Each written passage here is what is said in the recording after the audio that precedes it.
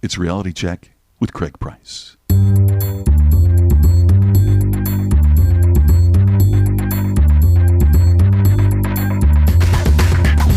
I'm an idiot. 4 minutes in and I'm already wrong. I'm like a monkey. Hello, look at me. Craig, shut up. Hey, I need you guys to do these things. I'm Craig Price, professional bastard. Nice to meet you. It's Reality Check with Craig Price. This week, very cool and exciting guest, Special Agent Orly Munoz. That's right, an active special agent, not some retired agent selling a book or doing something, but an active agent here to talk just about the FBI. Now, everything I've learned about the FBI comes from TV, so that's my frame of reference. And so when you listen to the podcast, that's where I go to, because that's where I see most of the stereotypes. And so it was really cool to sit down with Special Agent Munoz and talk about this. Now, I had to get clearance from the top for this interview, and since I knew that I might not be lucky enough to get to talk to another agent again, I really asked a wide range of stuff. The great thing about Agent Munoz is he's really accessible, he's a really nice guy, and that's what I hope comes across today. You know, a lot of times you watch TV and the FBI agents come across on TV and the movies as these cold and calculating people, but they're human beings, and there's some really great ones working for us. The great thing is that about Orly is that you can really hear the excitement and the pride in his work. You can tell that he really enjoys what he does, and I, for one, am very grateful we have people like Agent Munoz working for us and doing the dirty work for the FBI. So, without further ado, let me just get right to it. Special Agent Orlando Munoz. Now, that was just cool to say. Special Agent Orlando Munoz.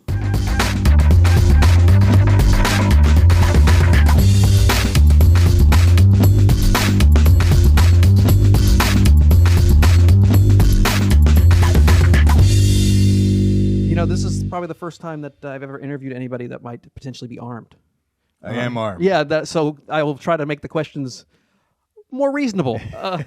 Because normally, I've interviewed people who've had guns. Maybe I didn't know about them, but this one, if this doesn't go well, there is a strong possibility I could get shot at the end of it. So this will be fun. And being an FBI agent, how did you even become one? Because that's one of the big mysteries. Because when you watch movies and things, it's always some weird happenstance. It's like the Mod Squad. They just kind of, in the movies, they always grab some person who doesn't really fit in a police sense. The next thing you know, they're running around doing cases and all these things. So right. Actually, I picked it up from a movie. There used to be a show called The FBI with Ephraim Zimbalist Jr. and he piqued my interest, and ever since I was knee-high to a tadpole, I think I wanted to become an agent. And so you saw the television going, that's cool. That's cool. And then my dad said, that's a very honorable profession. And that sold it for me. And what'd your dad do? He was in the Army. He was a dentist in the Army. Okay, so he had some military background, so he knew. Yes, sir. Great. And for those of you who don't know, which you don't, I'm here with Special Agent Orlando Munoz, Orly. Can I call you Orly or sure, Special absolutely. Agent, or I just Orly's fine. You have a gun, so I'll say whatever you want. And you are a active special agent with the FBI. Yes, sir. I am. Which is really cool because usually you only get retired ones on television and radio. So, and I really want to talk to you about how. So you saw that on television, but how does that lead you to actually being an agent? Because you don't really have like a recruitment office, do you? Like the National Guard? No, actually, I joined the Navy before I came into the FBI because I knew that the FBI, I started researching it, and the FBI didn't take people right out of high school or out of college for that matter. And you had to be 23 at the time, and I was 20. So I received a flyer from the Navy asking for officer candidates. So I applied to the Navy and spent 7 years in the Navy flying F-14s before I got Oh, so you're a cool pilot too. That was cool. And that was when Top Gun came out. So See, I was you a are, star. I hate to say this, but you're stereotyping FBI agents because you're a good-looking guy who, was a pilot and had all these exciting things. So you're falling right in line with what we think. So they say. So they say. Well, maybe my wife will be a judge of whether you're handsome or not. I'll point you out in the lineup. I used to be. Used to be. Now I'm old. Well, you're not. So when did you came on board when you were 30? I was exactly 30. Oh, I'm good at math. Yeah, 7 good. years after 23, I got that.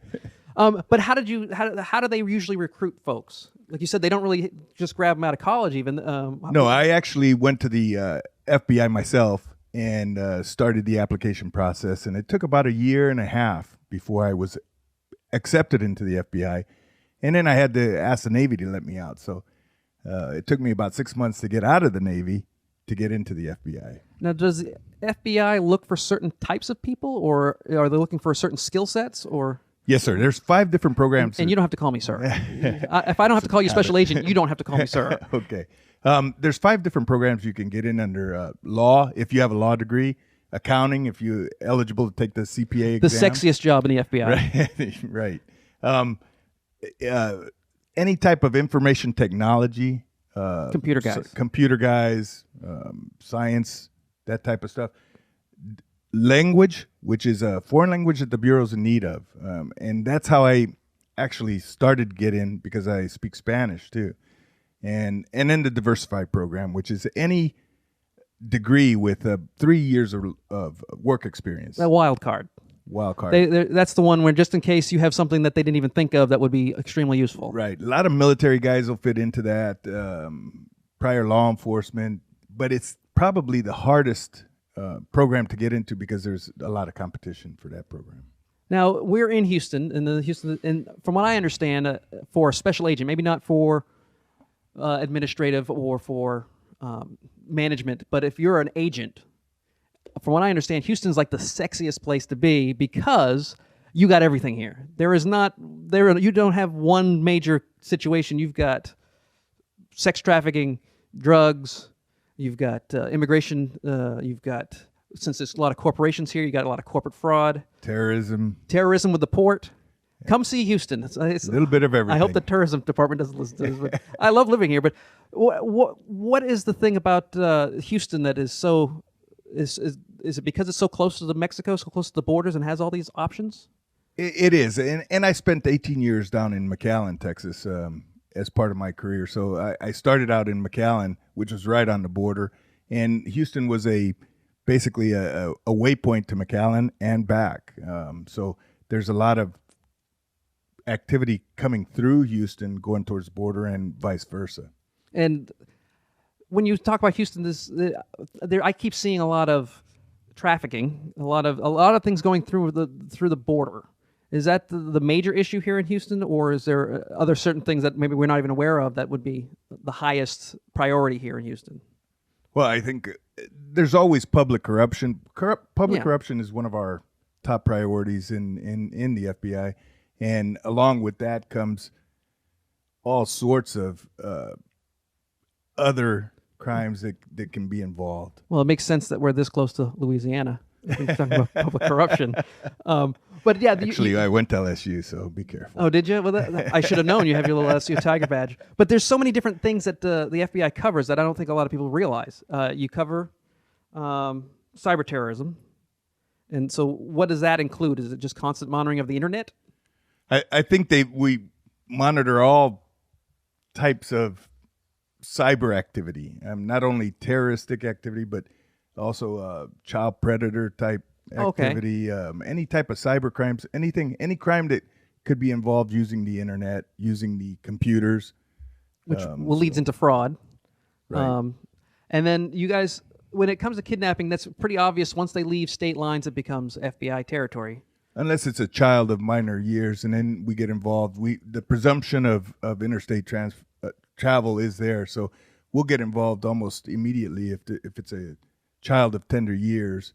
I think it's below 12 years old. We'll get involved and so right off the bat. So, well, and that was my next question: is how do you know? Because when it becomes for the rest of us, us laymen, how do we know when it becomes an FBI situation? Because sometimes they'll be talking about a murder, and they're saying the FBI's investigating, and you're looking at it going, well, why isn't the cops doing that? Not that they shouldn't, but we don't. Well, it seems like a weird jurisdiction issue that we don't know about, because you watch movies, it's always maybe a murder and the FBI comes in. I mean, if you watch the weekly shows, they always have one murder and you don't understand why they're involved. There doesn't seem to be the normal cross state line situation. Right. A lot of times it's who the person is that is murdered, if they're a federal employee or if they're a public official, or if the police department actually asks us for help, then we can get involved in helping them through a domestic cooperation case. Now, do you watch any of the shows that are on about FBI? I do. Which one's the most accurate? I think the Missing. I think I like it the best. I think that's the one that... is that a documentary or is that a... No, it's... I That's okay. I I mean, think it's the one that they look out for the missing people. I think the kidnapping is probably the thing that we do best, besides terrorism now. you mean find kidnappers. I don't want you to sound like kidnapping is what you do really well. We really know how to abduct people. We really know how to recuperate them, Yeah, there you recover go. them, get them back, find them, and return them safely to their family. And why do you think that is? Is it not just because of sheer experience? You've got profilers that are so good? Exactly. Sheer experience, the protocol that we follow, the stuff that's available to us, the assets that we have, because we are such a big organization. Now, I don't want to get too technical on specifics, but let's be honest. There's no way you can use a satellite to see a license plates from space. So I watch FBI shows and they punch in the things, and the next thing you know, because it's just sheer angles. It's pretty cool, isn't it? But you guys have a lot of that. Without getting too specific, because I know you. But you guys have We have a lot of technology. that we don't even know about. Right. Oh, so it's even that cool. It's cool. I like how you get so excited about it, because I can hear it in your voice. You got all the toys. But so you say kidnapping is probably, of all the things that you guys do well, the kidnapping is the number one. And as far as I think it's the recovery one that rate, we've been doing the longest, and we really got good at it. So I think we've gotten into terrorism and intelligence collecting in the terrorism field, and we're extremely good at that now too. So when does the CIA versus FBI, not that there is a rivalry, but when does the jurisdiction-wise, when does one become the other? Because you would think that a lot of that overlaps, especially any kind of espionage. It's going to overlap unless you're talking about domestic.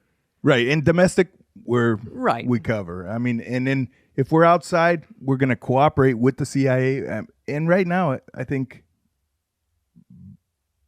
it's the best it's ever been. The cooperation amongst not only the CIA and FBI, DEA, every one of the partners that we have out there are more open.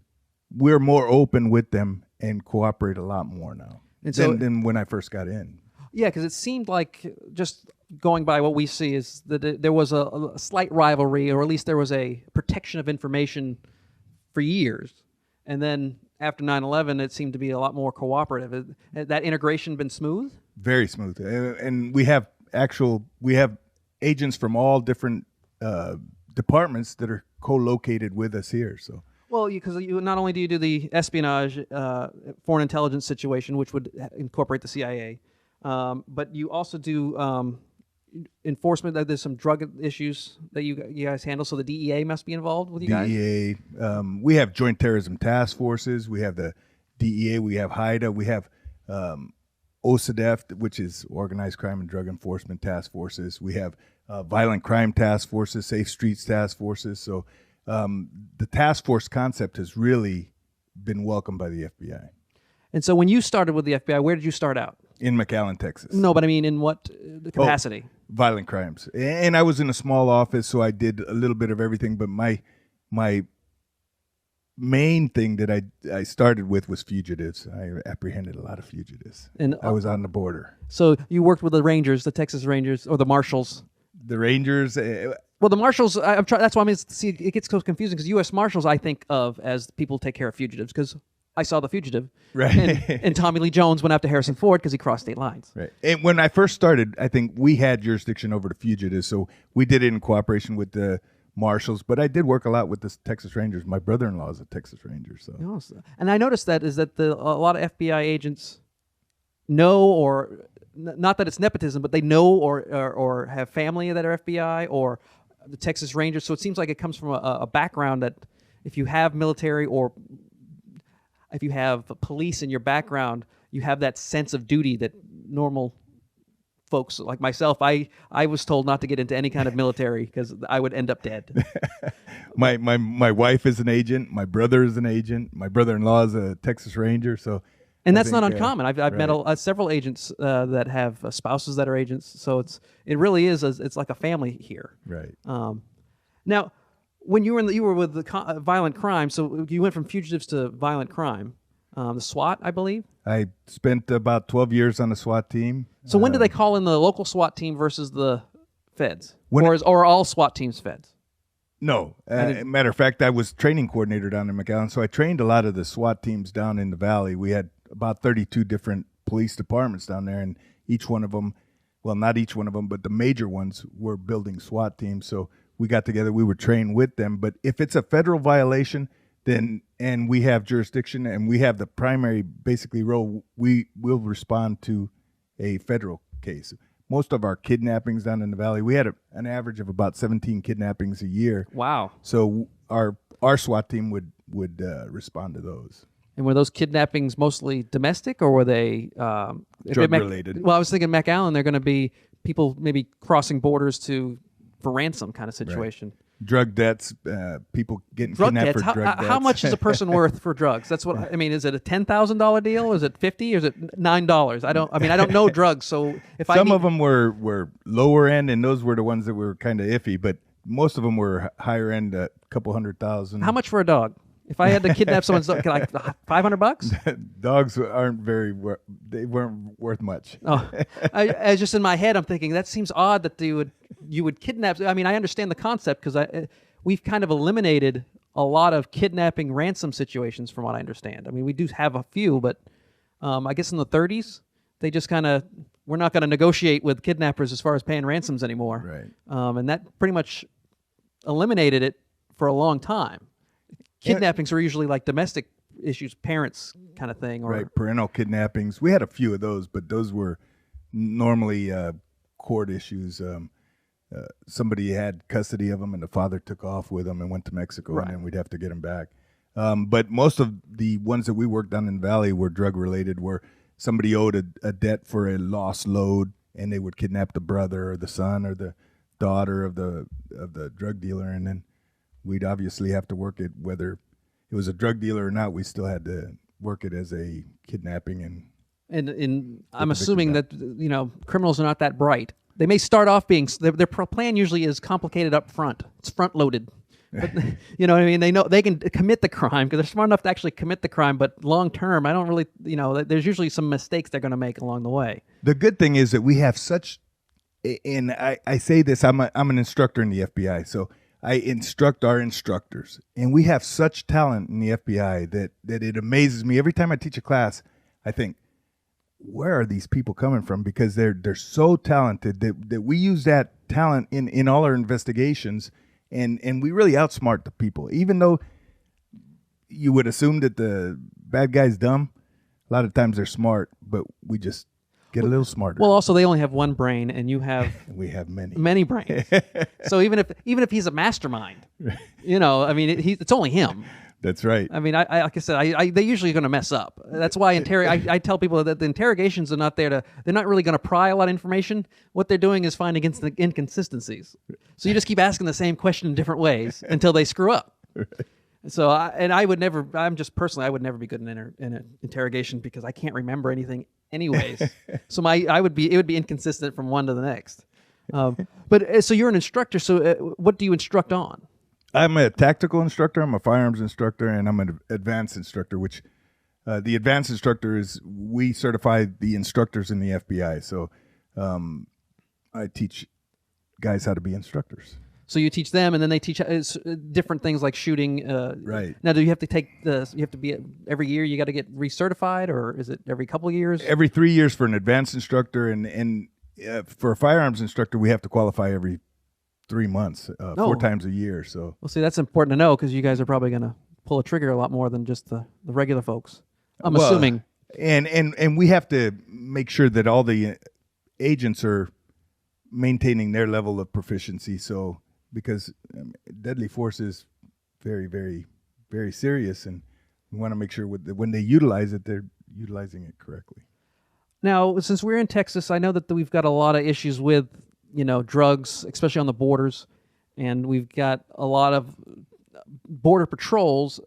I know that has to do with another agency, but when these tunnels, that's DEA stuff, but I'm sure you're working with them. How can we start protecting ourselves from a lot of these incoming criminals? Because like I said, it's a huge, Juarez is just, you don't even want to even think about it, going to Mexico anymore. The whole border is that way. I mean, it's gotten to the point where even the Mexican police are having...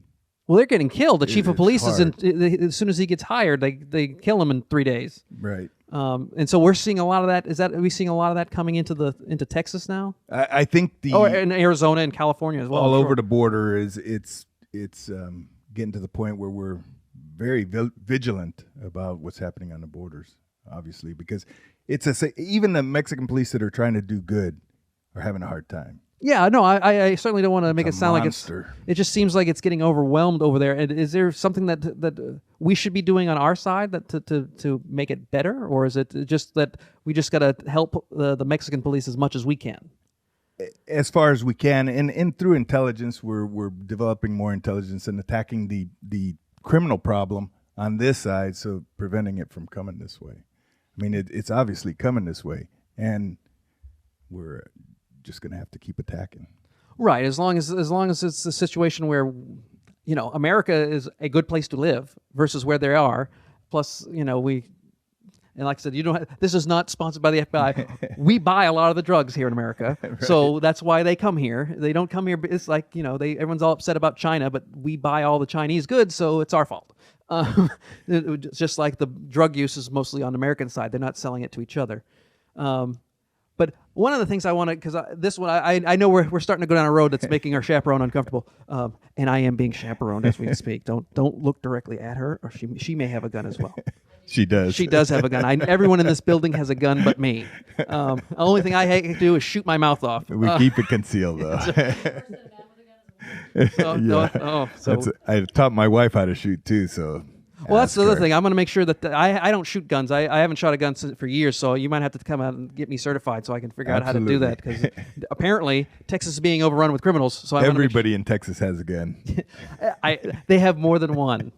They got one gun just within reach. I think by law you have to have one within 3 feet at all times. Right. But that's just Texas, Utah, and some places in Idaho.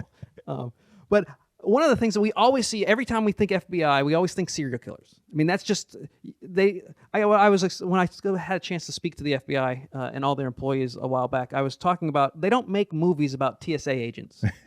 They don't make movies. Maybe they make one every couple of years about DEA, but they make hundreds of television shows and movies about the FBI, and almost half of them, at least, are about serial killers. So when do we start to realize that these three random things are serial killers? Now we got to bring in the FBI, because I was thinking, like, if there's three people, if Houston got a serial killer, unless the FBI wouldn't be involved because it's not crossing state lines, but would they get involved because they'd have the if we're asked to help, even if it's just one murder, if we're asked to help with a profile, with a behavioral profile, we'll get involved. All the police department has to do is come to us and ask for help, and we've got the resources and we've got the experts, so we'll go to our headquarters and say, hey, we've been asked to help on this, and we'll get involved. So as long as the police ask, there's no jurisdiction issues. Absolutely. Well, that clears up a huge amount of television for me. Right. Because I'm constantly watching them going, the police should be handling this. Right. We don't go over and take over a case. Yeah. Like they do. Like Tommy Lee Jones did. No, absolutely. I saw that. It's my investigation now. It's a good joke, but it never works. Right, and that just causes animosity. And I noticed that one of the goals of the FBI recently is not maybe all along, but it's definitely more of a push, is to show that they're being more integrated. They're more aware of the public. They're trying to be more friendly, so to speak. Absolutely. The fact that you're here, which is because after what I did, I was not expecting any FBI agent to talk to me again unless it was under interrogation and with handcuffs. So I missed that one. So that's all right. Sorry. It's all right. That's probably why I'm here. Yeah, that's exactly why. That's why they picked you. You're the only one that didn't show up. It was really tough. They had to go all the way up to the very top to make sure that screen everybody. Who didn't see Craig? Get Orly. He has no idea. He has no clue. But the serial killer situation is, so it's just a matter of being invited. So do you have a whole area just on behavioral sciences, like on Criminal Minds, which is one of my favorite shows? Exactly. At Quantico, we have a whole unit basically devoted to that, to profiling, behavioral analysis. And actually, I think they've broken into other divisions. The terrorism division may have a profiling unit. Just on terrorists, because I'm sure they act differently. Right. So it is, they specialize in the different fields now. And so all they do is like I would assume a smaller town would ask. I mean, Houston might have their own situation, but like once you get down towards the border, you get these little towns. There's something going on. They ask you guys in. is a profiler automatically sent down? Or do they even need to be sent down? Can they just send them information? They can send them information, but we also have teams that go out to kind of like on TV. Believe me, I know a lot of people want to verify all that stuff because I can't wait to get to the X-Files section. We can't talk about that. That's in the basement. Yeah. See, I was like, we can talk about aliens, but that's more about immigration than it is about. But I guess this is galactic immigration problem that would be X-Files. But you don't have that. There's no fringe division where they talk about weird stuff. But what happens when there's like an odd situation that doesn't quite? It's unexplainable. I don't want to talk about paranormal stuff, but just like it's just a really weird case. You just try to, like, you find some evidence. There's a murder, but there's no weapon. There's no cause of death. Even the autopsies are weird. So they just kind of like, we got to investigate it. So just by what it is. By what it is, and then talking to people. I mean, we probably get.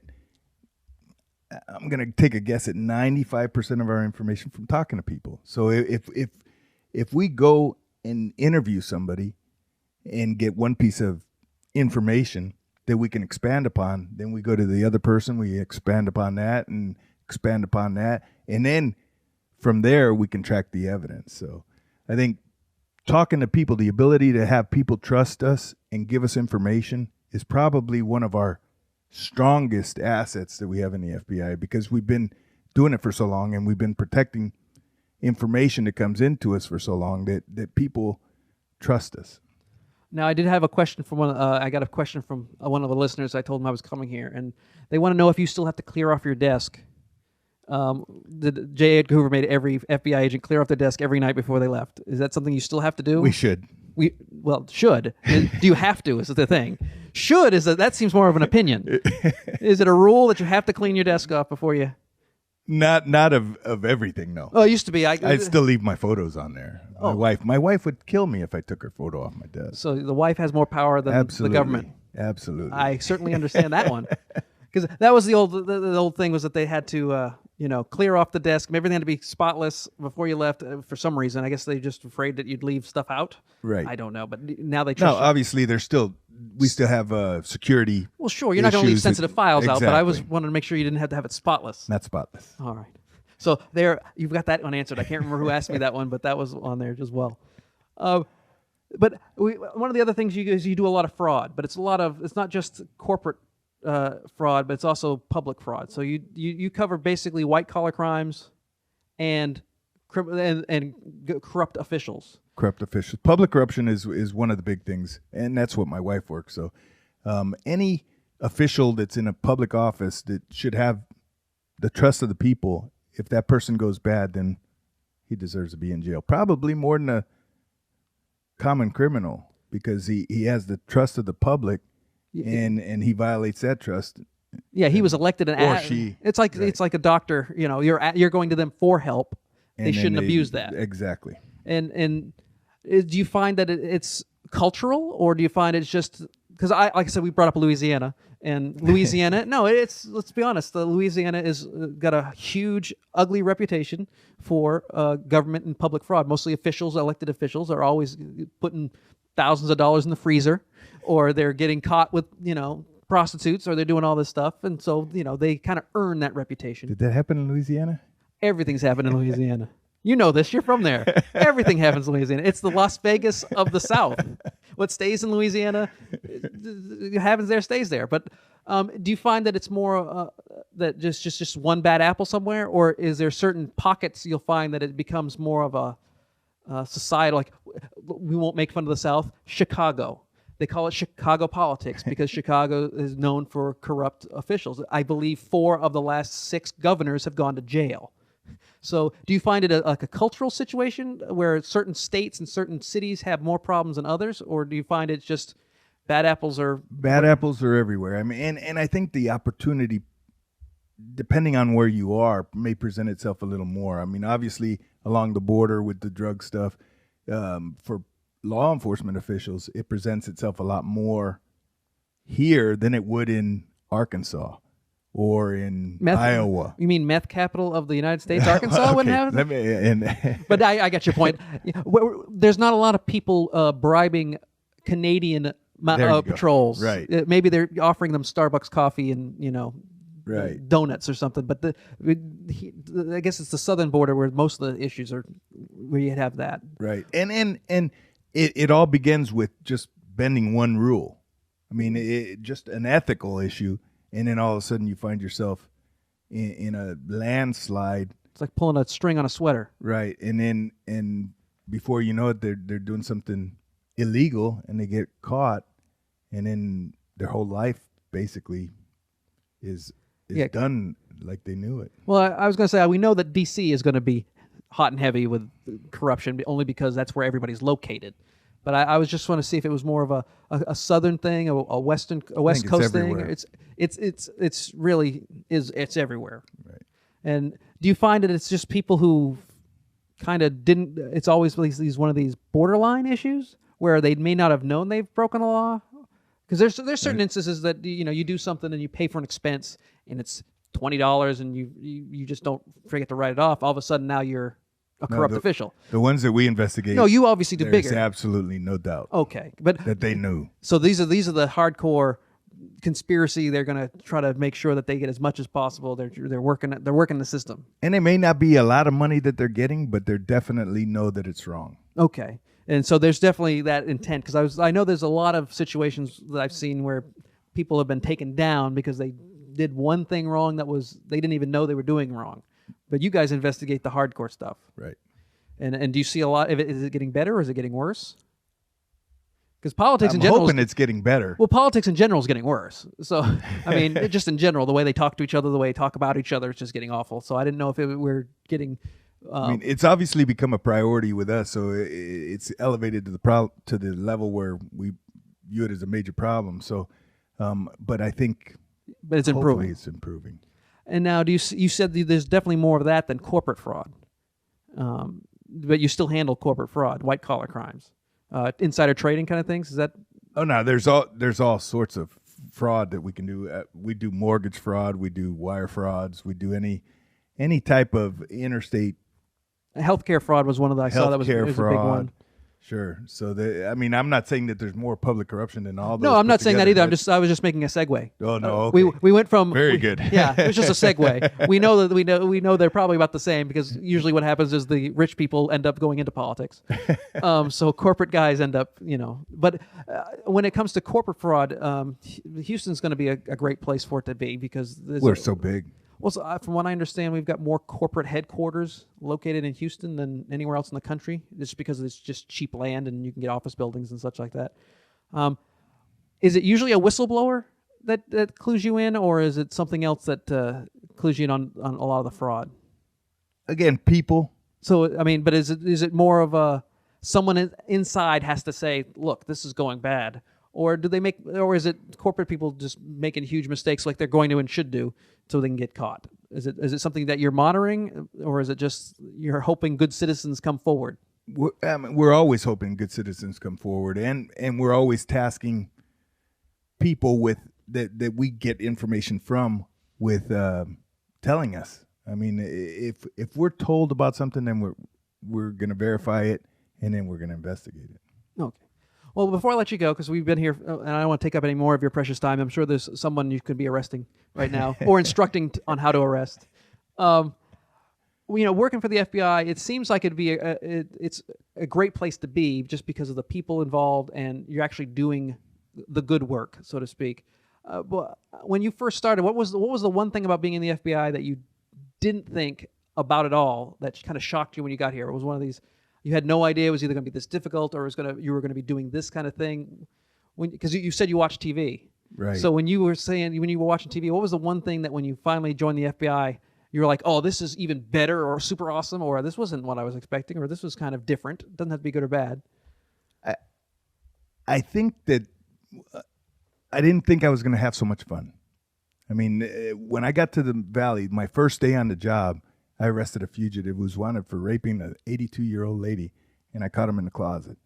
My very first day. It was an experience I'll never forget. That was 25 years ago. It's like a gambler who wins the first time he ever pulls a lever, you get a big win, and then you're stuck for life. It was awesome, and it was exciting, and just the sheer excitement that I felt every day going to work and not knowing what was going to happen that day. knowing that something exciting could happen, or it could be a boring day. I mean, it just the unexpectedness of everything that was happening was really exciting. Well, I can still see you have that excitement even today. And how long you been with the force? 25 with the Bureau? years. 25 25 years. They're going to years? have to make me retire at 57 because I don't want to go. So, well, and people are going, that's a government employee retiring at 57. But you've definitely earned it. I appreciate your time here. I know a lot of people, we all appreciate the FBI and everything you guys do. People may not agree with the law, but you guys don't make them, you just enforce them. And I know that everybody is very grateful that you are here defending us from the bad guys. Thank you very much. So thank you very much, Special Agent Munoz. Thank you, sir. I want to thank Agent Munoz for coming on the show, but I also want to give thanks to Special Agent Shauna Dunlap for sitting in with us. She was the secret chaperone.